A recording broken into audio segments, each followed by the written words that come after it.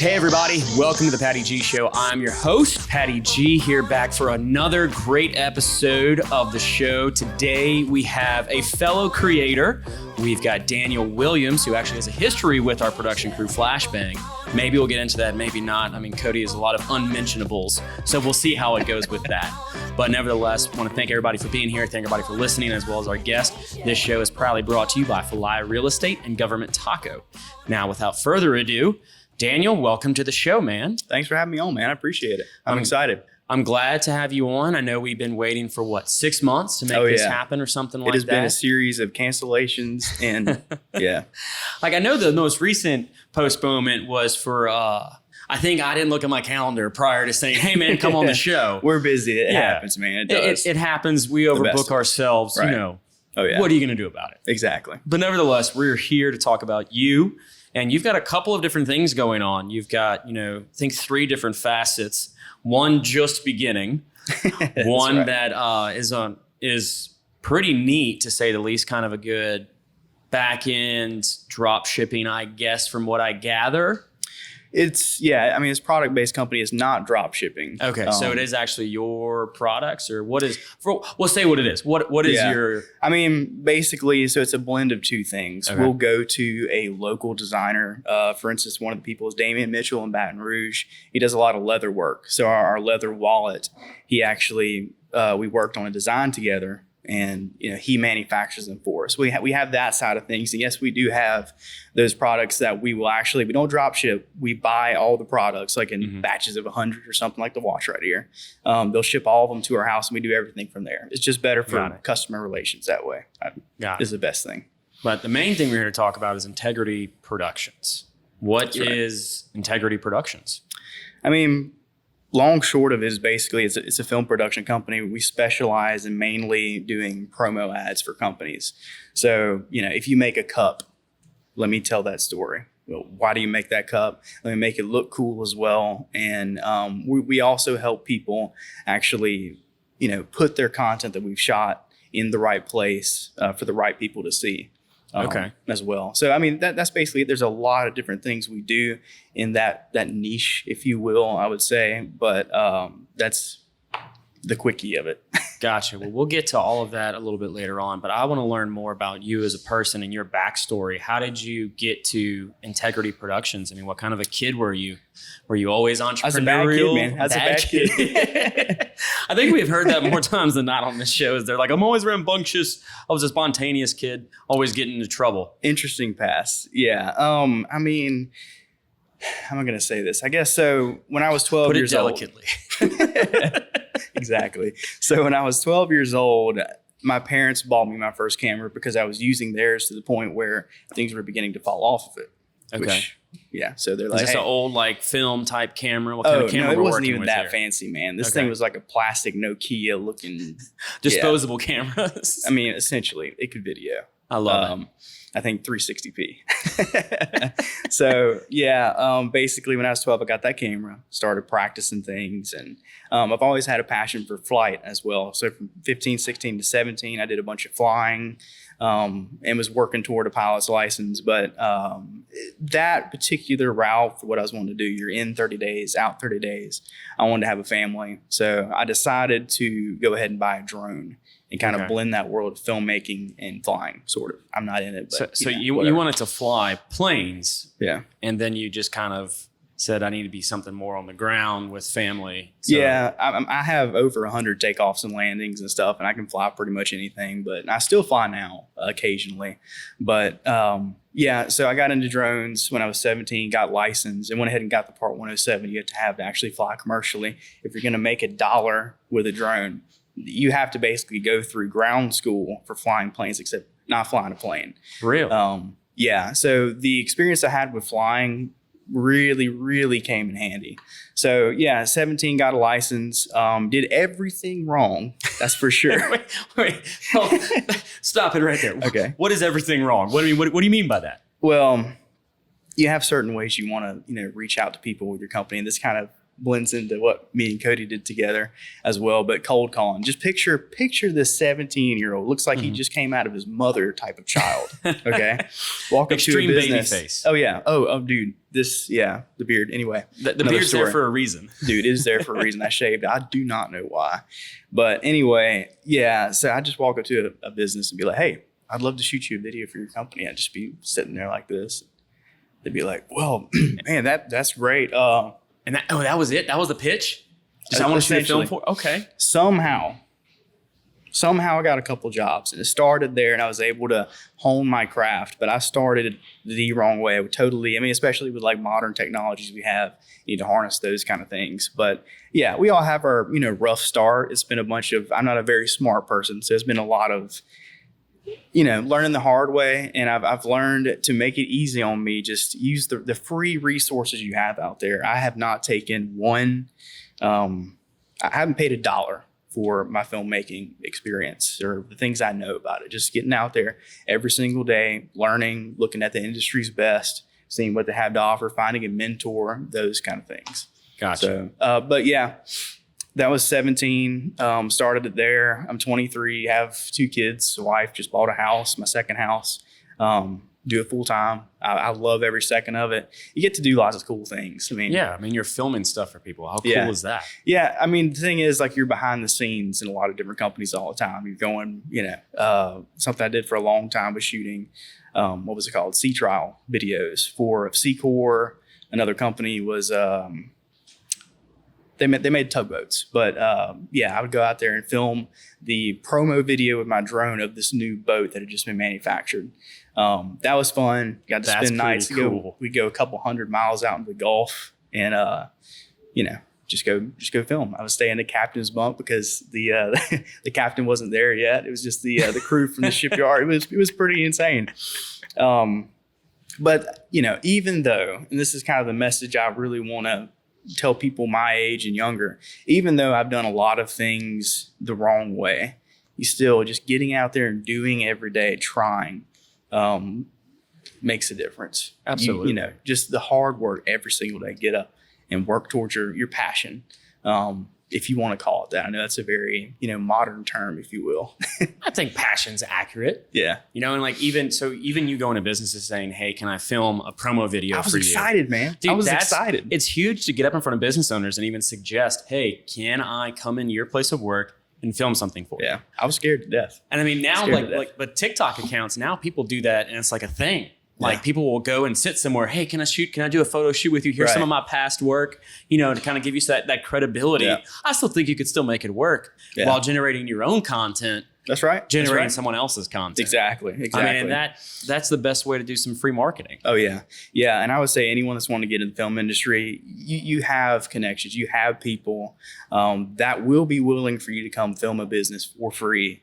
And this information I'm giving is nothing new as well. This is nothing new, but it just works. Getting out there, trying, I had a friend that was getting into filmmaking and I was talking to him about, he got an offer from a client. Hey, shoot this stuff for me. Send me a promo video. And he called me. He's like, hey, I don't have a promo video, man. I was like, dude, let's take the next 2 days. This was 2 years ago, I think. And let's pick 3 completely different things to shoot. So we went on the beach, shot a couple boats. We shot some product video stuff, like setting up, kind of like this cup, for instance. Like it was a professional video, end out with a logo. And we put that together, 3 videos. It was his talent. Right. It was him doing the work. So it really wasn't lying either. So it just wasn't paid gigs. Yeah. Just, if you have an opportunity, make it happen, make it work. Dude. Absolutely. Being able to see that and recognize, okay, I just need to put something together. Especially for the creative types, people want to see your work. Oh yeah. Before they hire base. you, they want to see what your work is. They want to see how good you are. They want to see, do they do different angles? What do they do with lighting? Do they get creative? Oh yeah. They like to know what type of product they're buying because they're buying you and you are the product, Exactly. You're going to give them a deliverable, but ultimately they're hiring you for either it's your site, your ability to, pick up a certain angle, et cetera, et cetera. And that's what they're after. And if they don't have anything to preview, like Oh yeah, I don't know exactly. you. I don't know you from Adam. You just walked up to my business. No. I don't know what you do. Yeah, exactly. And there is a lot of filmmakers in the world. There is inundated with it because it's slightly cool and people, think they can buy a camera and start. But the good ones will always stick out. But yeah. But now they have the iPhone, the iPhone 13, literally their commercial is showing people filming with it. Yeah. And so they're bridging that gap with technology. Yeah, which kind of points to the idea of the talent is what really matters. You don't have to have some $15,000 or $90,000 red cinema camera, which is very important for some of the stuff we shoot, but completely not. It doesn't work for everything. But yeah, man. So that's the roundabout there. So how did you? I mean, was there a job that you did in between to kind of make it full time, or were you able to take it full time from day one? So I definitely did not take it full time from day one. So when I was 17, I was working at Baton Rouge shipyard for a couple years and just doing minuscule things, but hard labor, working every single day. And he would be nice enough to let me actually go do these projects in the week for different people. So that's kind of how it started. It was a weekend thing, but there came one time and I was like, I have to send it. You got to go full send. Yeah, I have to full send this thing. And went full time. It was very, very hard. Imagine having a wife and, 2 kids coming later on and, having to make a way sort of. But how was that conversation, by the way, telling her you want to do it full time? Well, when I switched, I wasn't married yet, but right after that, fortunately I had a lot of savings. But she's always been super supportive. Caroline's my wife. That's her name. And we work together every single day. She's a writer, does a lot of promo stuff for people, websites, just different content like that. She's even wrote a couple books for different people as well as a shadow writer. But she does a lot of my promo writing, a lot of those posts. We'll even assist with the scripts we have in some of our videos. Okay. So she's able to get her own creative outlet within within the business. Yeah, exactly. So great team. I really, really appreciate everything she does. And she's always been very, very supportive. And I appreciate that as well. So, And I think that is very important for an entrepreneur to have that support system, right? Yeah. To have not only a wife support you in what you do, but if you're lucky and fortunate enough to have a spouse to actually work with you. Yeah. I mean, some people may want to kill them at the end of the day over disagreements or whatnot. But if you're able to get along and you have that great relationship with your spouse, working together can be a beautiful thing. I mean, family businesses are a wonderful thing. Yeah. I come from one, my parents still do it. My brothers are in the same business with them. It's a valuable thing that allows families to become and stay closer. Right. And also, she can have an appreciation for the hours you put in because she sees it and she sees the product of it and she works with it every day. Right. And being able to recognize, okay, he's got to, go film for 10 hours today because that's what needs to be done for this project. She's able to understand and not just be like, why can't you, only do 8 hours or whatever? Why can't you cut off a little time? And she's there with me every day. So if I'm slacking, she's like, hey, that's even so. She's okay. She's the motivator of the crowd. Okay. In my defense, no. She does motivate me, but you got to, as a creator, have your own motivation from within that makes you get up every morning and grind every single day. And I'm not as hardcore as some people like to rock, where you got to be the hardest man in the room kind of thing. But if you do smart things every day toward your goal, you will be rewarded for it. Absolutely. So, doing one little thing a day turns into a million little things over a period of time. Right, exactly. And something else, a little note I'd have for people that are wanting to start as well is you're going to have a tendency when you start to take all of that money that you get from projects and do all the work yourself, which you can do, and I did. But being able to, work with other people that do maybe something better than you do. There are a lot of things people do better than me. Have a support system, like you were saying, have people that will actually, take time that you would have had locked up into something and take care of it themselves is a really, really big deal and worth the money because it allows you to go from that thing that really wouldn't push your business forward and lets you focus on what is going to move everything ahead. Right. Hiring for your weaknesses. Yeah, exactly. We can do everything, but you got to do it smartly. Yeah, I mean, you can sit there and go film and then go edit and spend 20 hours, 24 hours working on a project. But then you're not well rested. You're not able to perform on the next project as well. Exactly. And then you get burned out so much quicker. Yeah. I mean, if you were having to do everything yourself for years and years and years, I mean, from start to finish, you would either A, miss out on opportunities for projects because of your backlog. Right. Or B, just get burnt out and not want to do it all together. Oh, yeah. Yeah, I mean, quality control is obviously important, especially when you first start. You're going to have to make sure they're up to par. And a lot of times I'll take care of color grading or something, the fine details, and let people take care of the cuts. I still do the majority of everything. But it's very nice to have those dependable people that can be that second shooter or just help out. It doesn't have to be filmmaking. I know I keep on saying that, but just that thing you need help with, sort of. Right. So how did you go about getting, what's your strategy for getting the next job? I know initially it was going door to door, but is it still, are we still doing the door to doors? Don't. It is not. It has evolved immensely. Fortunately now I don't have to do anything. I'm very busy as it is right now, but I mean, as far as the actual steps and what I did after that, I mean, utilizing technology we have, as I said before, a lot of people will do Instagram DMs or Facebook, just finding those, they're called ideal clients, the people you would really love to work for, will pay what you want them to pay, and that have a passion for the stuff you're going to be creating for them too. So, finding those people and messaging them and creating, I'm not going to give any tips on the pitch you should do, just be smart about it, but sending that to those people on Facebook, Instagram, and then doing email stuff as well, email marketing. But biggest, go ahead. I was going to say that right there is huge for creators. Yeah. Oh, yeah. Because DMing people on Instagram, TikTok, LinkedIn, Facebook, that is huge. Right. Well, a lot of times it allows you to have your portfolio like a click away, or if not in the actual thread itself. So, but the thing that will completely ruin your efforts is whether or not you have a show reel. And I went a couple of years without having one. What I would do is I would send the last project to someone and be like, hey, here's some of my work you requested. Check this out to these people.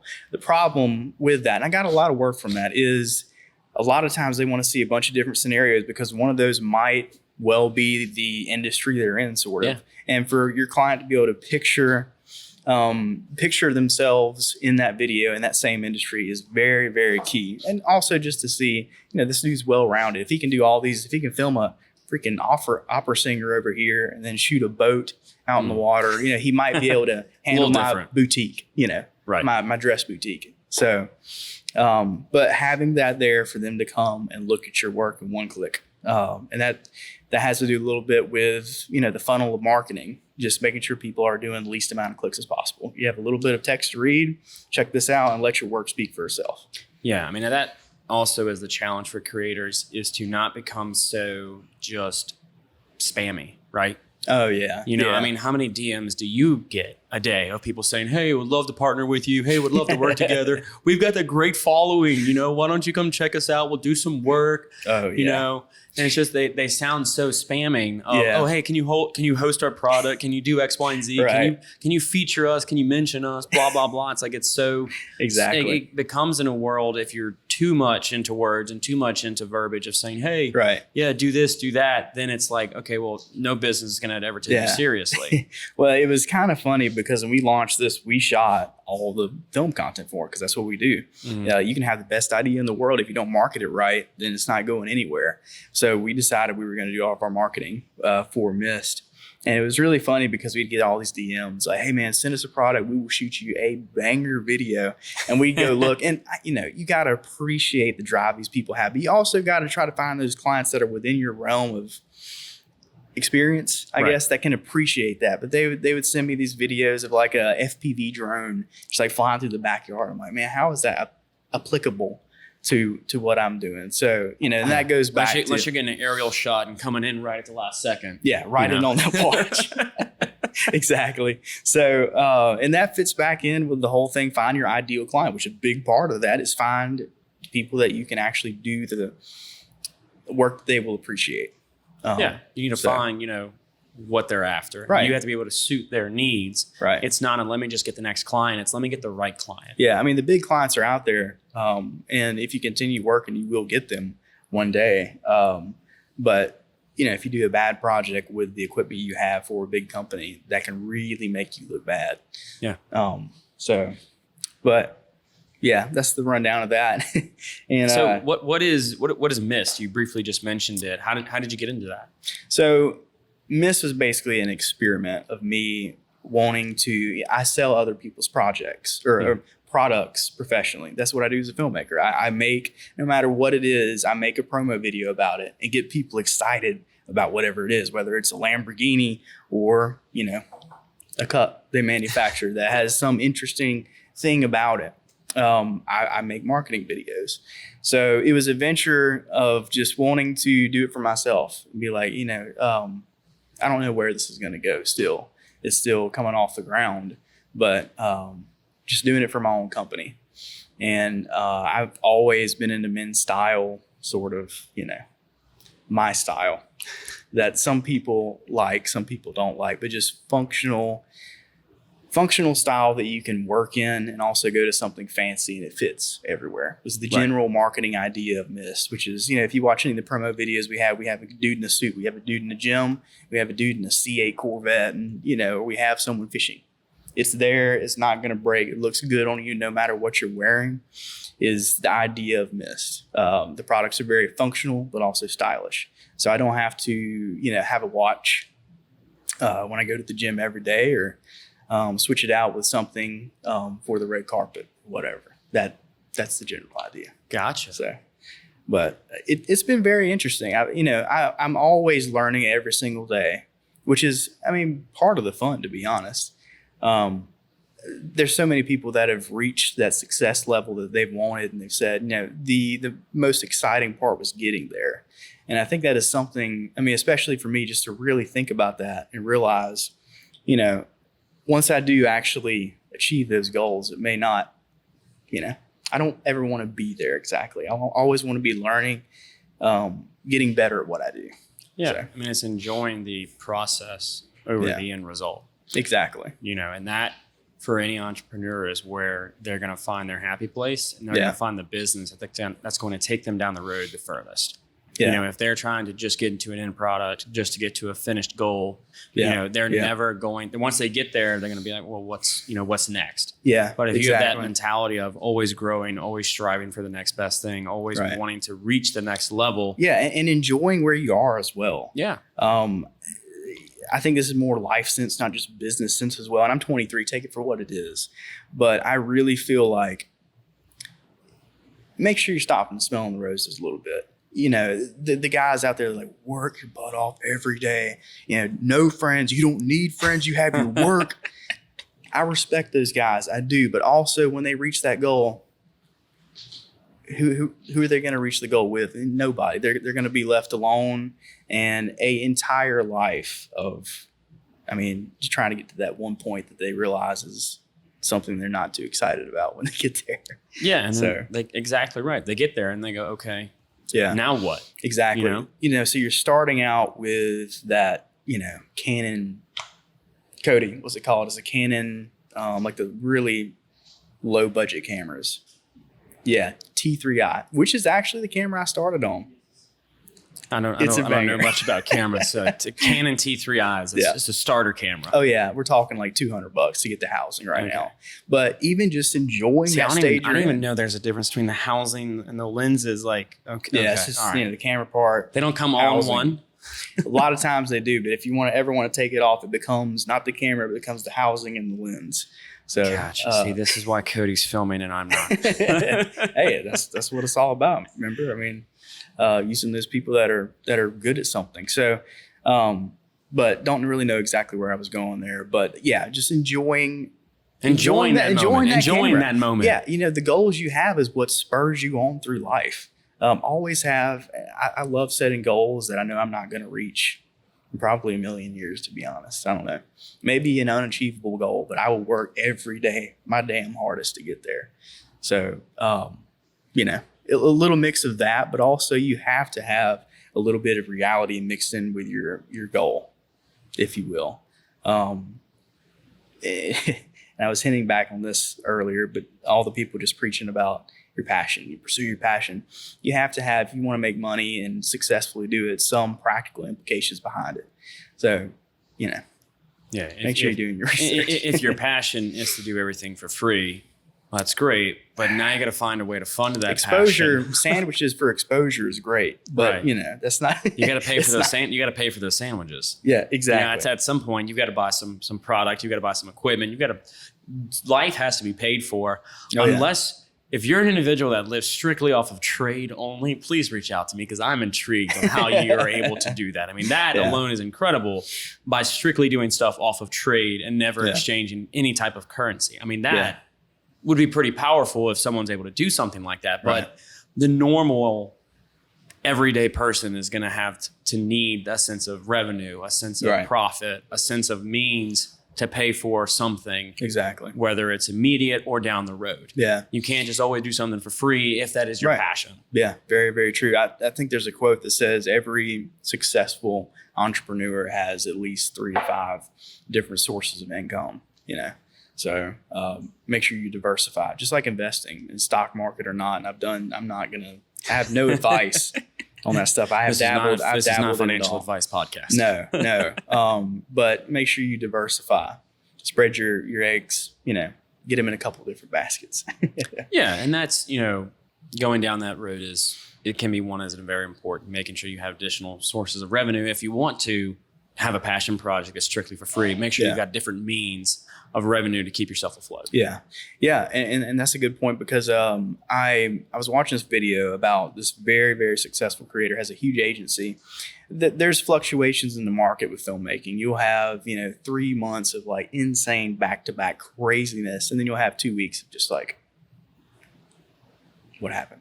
You know what I mean? So using that time, you will have that a lot when you first start. So he was talking about how those times are the times for passion projects, going out there and creating that thing for free, and using the time you have to shoot something that you can also use for portfolio as well. So I still do that to this day. I'm really busy. I don't really have any, time off necessarily, no real lulls, but I still enjoy doing a passion project and having that for portfolio, but also just to upload and people watch. Yeah. And I mean, especially in the creator's world, a passion project can be anything. It can be you going to a restaurant and saying, hey, do you mind if I just film like the person walking my food out to the table? Yeah. Getting some fun creative content to, again, build that portfolio that people can look back on as test your work, see if it's something that they're going to enjoy. Yeah. But also having a passion for what you do is important as an entrepreneur because, again, of that burnout phase. Yeah. If you're not passionate about it and you do it only for the money,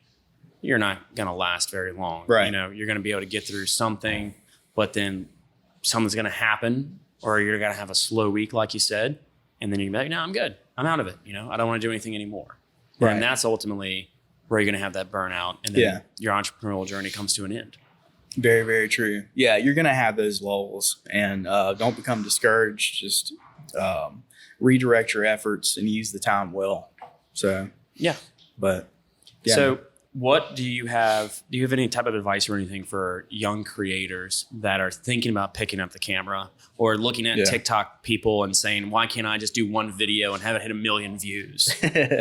I mean, a viral video, you can use whatever. I mean, it's kind of, when I first started, I would watch, I would slave. I did like 70 videos on the channel once. And that channel is still out there and got hardly no views. The biggest amount of views I got is 16,000 views on one video. And then you see this dude film with his phone for a couple seconds and it doesn't matter what it is. It's all about the content there. But if you're wanting to get into filmmaking, just a budget option, is that kind of what you're... not even from an equipment standpoint, just somebody saying, I want to film. You want to film the process behind that. Yeah. Well, I mean... If you want to do it for money, the practicalities are you need to go get a business license and you can get a sole proprietorship since you're the only person working. So that's, I think, $20, depending on the state, what it is. But, start there, get a sole proprietorship, and then begin creating content for people. your friends, someone that owns a business, someone that owns a product. You don't have to have a business. You can just grab a product in your room and go shoot that, get the practice with that. And if it's good enough, also post it. You got to start somewhere. Even the masters have. And tag the company in it, right? Yeah. No, very true, actually, because I've gotten a lot off of that. Really? Tagging a company. One was the Hyundai official account. I shot some stuff with my 2020 Hyundai I bought, and they shared it. We're talking about it. Thought it was really cool, and that ended up being some little whatever. So be creative. I mean, we're already creative as it is, creating videos, but be creative in your marketing. Be creative in the mindset you have when you get out of your bed. You have a certain things you must do, but also try to think outside the box with it too, because there's 1,000 people. There's a million people doing the same thing you are. How can you stand out? Whether it's the sheer quality of the video you have, or maybe a little bit of a different spin you have, I would say. So that's what it is. I mean, so yeah, from there, get your practice in. If you want to start getting some equipment, I would say a great camera to buy right now that's going to do, it's going to hold you over for a couple years. And this is 2021, the year of our Lord. I should have said that before. The year of our Lord, 2021. There we go. Settled. But the Sony A7 Mark II is really good. You can shoot 1080 footage. I think you can shoot 1080 in 120 frames per second, possibly, which is kind of a little bit of slow motion B-roll look. But it's super cheap. I think the housing, once again, just the camera itself, just the camera part. Yeah, and it's mirrorless as well. That'll get you places. You can really do things with that. Or you can just buy some accessories for your phone as well. You can buy lenses and stuff and just get started. Don't let, and I did this myself. I would get on Instagram and scroll and see these huge rigs, and I'm like, what am I doing? I don't have the money for that. I don't really yet. How's that going to work? Don't let that discourage you at all, because those people got out there and they found their niche. Those people that could get them started, and they just worked at it. So it's a principle for all of life. Just get up. If you have a goal, just grind at it every single day. It doesn't have to be your all-day grind. Just do something every single day. If you want to work out, set a goal, achieve it every week. In a practical amount of a goal, right, as well. Make sure you can achieve it to build up that goal setting process. Yeah, and I would be the person that shouldn't speak on it the most, because I'll get very I'll look up something and I see maybe even an ad on YouTube and I'm like, man, I can do that. I'm excited about this. So I just take the whole next day, just setting up something, or that's fine and great. But if you want to pursue something on the long run, you got to fit it in every day. And it's probably going to be hard to do that when you first start, because you'll be doing other things for most of your time. It'll be your side hustle. Yeah. Until you can get it big enough that it can become your full-time hustle. That's right. Yeah. And don't be afraid to take that step. It's a very scary step, especially if you're used to a 9-to-5 paycheck every week. Once again, this is basic principles everybody talks about. This is not new with me, but I am 23, and it's just my experience, my side of the world. But yeah, don't be afraid to take that step and, go out on your own. And if you have good feedback from people, it's probably because you do good work, and, let that stand on its own. Is there anything you changed looking back now over your career thus far? Anything you would change from the beginning? Hey, that's really an interesting question to ask, because even the stuff I did wrong, I learned stuff from it. If I didn't learn that, there is certain things I've done where I still haven't learned. I did it wrong, still haven't learned those things for sure. Definitely the cold calling in the beginning, walking up and, hey, what's up? Also, don't. But I think even the cold calling taught you to overcome rejection, right? That's true. So yeah, I did learn something. You're always learning something. That is very, very true. But is there more practical ways to do it? I guess yes. So the other thing, I had so many people be like, if you want to get work, go to these conventions where all these businesses come together and network with people. There's one problem with that. Every single person there is trying to get work, not give work. There's a couple people out there that, obviously could need a promo video or whatever product you have, but the majority of people out there doing that kind of networking are trying to get work just like you. So Yeah, make sure you go in the right pond. yeah, Don't swim in a pond with a bunch of Exactly. other people. I mean, although collaborations now are becoming a big thing, especially Yeah. across social media platforms. yeah, very, very Getting true. with 3 different creators and putting a cool video together Mhm. can be a great brand boosting thing. Right. Or even reaching out to well or better known creators, those with those blue check marks, and trying to convince one of them to do some work with you. Yeah. Yeah. That could also be huge Very for, again, true. your portfolio and getting your name out there. Yeah. So someone sees, oh, wait, who is this person? Oh, he's local to me. Maybe I want to work Yeah. with him. I've done that many times. And it just goes back to be creative with your marketing. You have to market your own company, and that's what's included in that. But yeah, I've done a lot of stuff that, I wish I would have done different, but it's all, led up to, who I am today, what I do today. I'm very thankful for that. Not the smartest person on planet Earth. I would never will be, unfortunately. You just have to know the smartest person.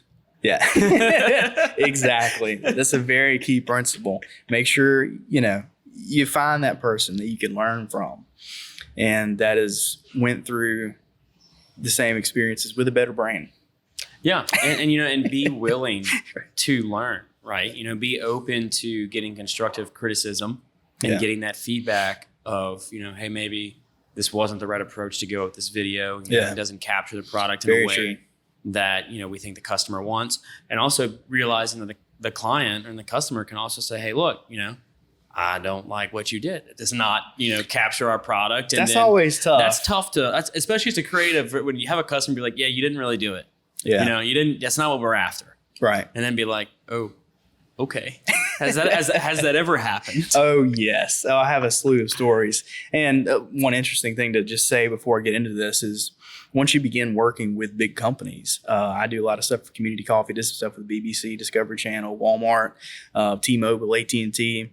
You have to, a lot of times they have something that their marketing kind of looks like. They're already doing something. They have a style, and you have to bend your creative outlet, your brain to that. So those rejections when you're working with small people saying, hey, this isn't showing my business very well, is actually kind of a good way to learn to conform to their marketing, because that's something you have to deal with when the clients are bigger, because they've been doing marketing for probably, longer than you're alive. Especially the big brands, yeah. Exactly. This is not their first rodeo. They have a like or a look that they like. So what was the story? I'm very curious about the story. Yeah. I mean, which one to tell? I guess I'll go with one. So this was one of my first clients. One of those clients where you're just like, how the heck did I get that? So it was Silver Ships. It's the name. Silver Ships. Okay. You can look them up. Still a awesome company. It ended badly. Okay. Yes. So from the product, from the deliverables you gave them, or no, from from something thing? I did on set. We'll put it that way. So, Gotcha. basically they make boats for the Navy and the U.S. Navy SEALs. And the way I got into that was I'd already made those boat videos, sort of, and they saw that. And that's what got me into there. But it was still very basic stuff. My videos were not good at the time. So anyway, but we're shooting a target boat. This is a boat they use to train Navy SEALs. It's remotely powered, as well as, man powered as well, if you will. So we were going to shoot a promo video for it. We head out into the great deep waters and I have my drone with me, and it has a big glass screen in the front. It was some special 2-inch whatever, I don't know, but it was expensive. And I'm getting all my shots. I want to do this one really cool shot. You see this in the movies all the time, where the boat is, or the car, whatever, is headed toward the camera. The drone goes up, gimbals down, and just passes it real quick. Right. What I failed to recognize and remember was the fact that the drone display that I'm looking at, and I was on the boat, is delayed by like 2 seconds. No. I see where this is going. Yeah. Okay. So it's delayed by a couple seconds. Yeah, exactly. So and let me guess, the boat's moving pretty fast. Dude, this thing is cruising. I think it was like 60 or 70 mile an hour, no joke. Oh gosh. Jet powered, water jet powered. But a cool boat, by the way. Look it up. They're orange, about 20 feet long. So but yeah, the drone slammed into the glass. Busted the glass everywhere, and then basically went into the owner of the company's face after that. Now, wait, hold on. Let me just make sure I'm getting this image right. So the boat's going, right, and all of a sudden the drone flies straight through like the cockpit of the boat and like hits the owner in the face. The drone hits him. Pretty much. So it's not going. No, but picture, look. The drone's going about 30, 40 mile an hour, and the boat's going 60, 70. That's a grand total of about 120 mile an hour kinetic force energy of something that's 7 pounds. That's quite deadly, That's like a cannonball going through that glass. Plus, it has sharp blades, like spinning at 7,000 RPM anyway. But yeah, so it went through that. Fortunately, it busted all the blades, so they're not still spinning. And you didn't cut the owner's head off. Yeah. Oh my gosh, dude. That would have been so bad. But that was bad in itself. So that was one of those things where it happened. The drone at the time was worth $2,000 the glass. I mean, we're talking maybe $6,000-$7,000. Yeah. The drone is the least expensive damage item in this experience. Man, nothing. So I was like, oh my gosh, man, I'm so sorry. Whatever. I think I was 18 at the time. Just trying my best to navigate that tough situation. Yeah. The next set of words that come out of your mouth in this time are very important. Very important. Exactly. So pretty much you can see it on their face. They're saying it's okay. It's all right. You're like, oh, this is not okay. This is not all right. This is not all right. Yeah. You can take me back to land now. I'm good. Yeah. So I gave them the video from that, which was kind of a short video because it had been cut short, and proceeded to never hear from them again. That makes sense. Makes sense. Yeah. Well, dude, I mean, you've got all these, kind of stories. I'm sure we could sit here for hours and hours, but we're kind of starting to wind up the show. So what are, 3 lessons you've kind of learned along the way? And obviously the first is don't fly your drone through the windshield. Yeah. Of don't hit people with your drone. I still have scars, by the way, from cuts. Don't hit people with your drone. Yeah. I think, and this is something I've learned just through life in general, but it applies to be consistent. And I've said that 1,000 times already through this, but just be consistent every day. Number 2, identify what it is you want to do. And make sure, if it's something you're passionate about, the hard part is going to be figuring out if you are talented at that kind of deal. So just go to those honest people, show what you've done, your product, and just get them to be honest about it. Because you don't want to be that kid that gets up there on Britain or America's Got Talent. They're like, wow, your family has been lying to you. Everyone you know and love has lied to you your entire life. Your family sucks. But yeah, so, be consistent. Just make sure you know what you're going to do, and something that you're very passionate about. You obviously have an inclination of talent, I would say, and be patient is the last one. These are very basic principles. I mean, I don't sound smart at all saying them, but it's just... But they're true. Yeah. They're so very true, and abiding by them can reap benefits, later on down the road. Exactly. I'll add a 4th point. Be relentless as well. Every day, just be relentless and just fight to... Get up, fight to do good. And make it happen. Yeah, exactly. So what is something you did as a kid you wish you could still do today?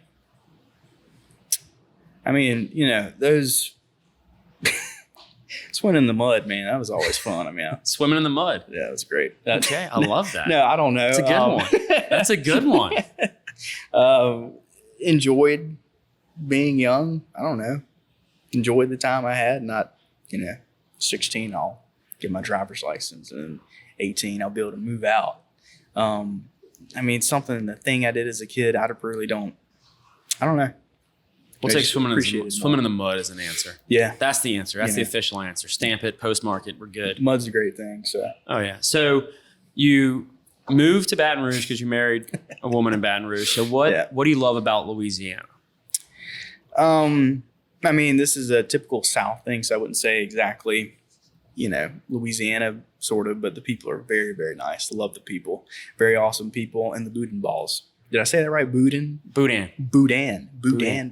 Dude, I'm still trying to get the hang of this, man. Let me tell you. Boudin balls. That's an interesting one. But yeah, it's boudin. Boudin balls. Yeah, those are great too. Those are the two takeaways. Dude, I love me some boudin balls. Like, they're so good. Have you had the ones with crawfish in them? Yes. Dude. Just about any variation I've pretty much had. Yeah. It's like it's one of my favorite meals, or one of my favorite dishes as well. Yeah. I had some while I was filming one time. It was just like paradise with paradise. That was a great shoot. I love that. Paradise with paradise. So for the final question, man, what can I do to help? I mean, this is helping right here, man. I know that, but come on, man. What can I do to help? I mean, just for any of us, just spreading the word, sharing, being a networker for people, being a marketer for someone is always very appreciated. So you're a businessman yourself. You understand all the things I'm talking about. You have probably double the experience I do. You're probably like, look at this kid right here. I wouldn't go that far. Who is this kid? Good gosh. But just networking. That goes for everybody. But really, really, really appreciate you having me on your show here. This is your time. And the older you get, the more things you do, the more precious your time is. So very thankful for you having me on here, and very thankful for all you guys tuning in and watching this as well. Absolutely, man. Well, thank you so much for coming on the show. I really appreciate it. Y'all, Integrity Productions. That's right. Check them out. Check them out on social media, and give them some business if you have some. And also, thank you to our lovely sponsors that make this show possible, Falaya Real Estate, which is a local Baton Rouge born and based application that helps sellers sell their home better.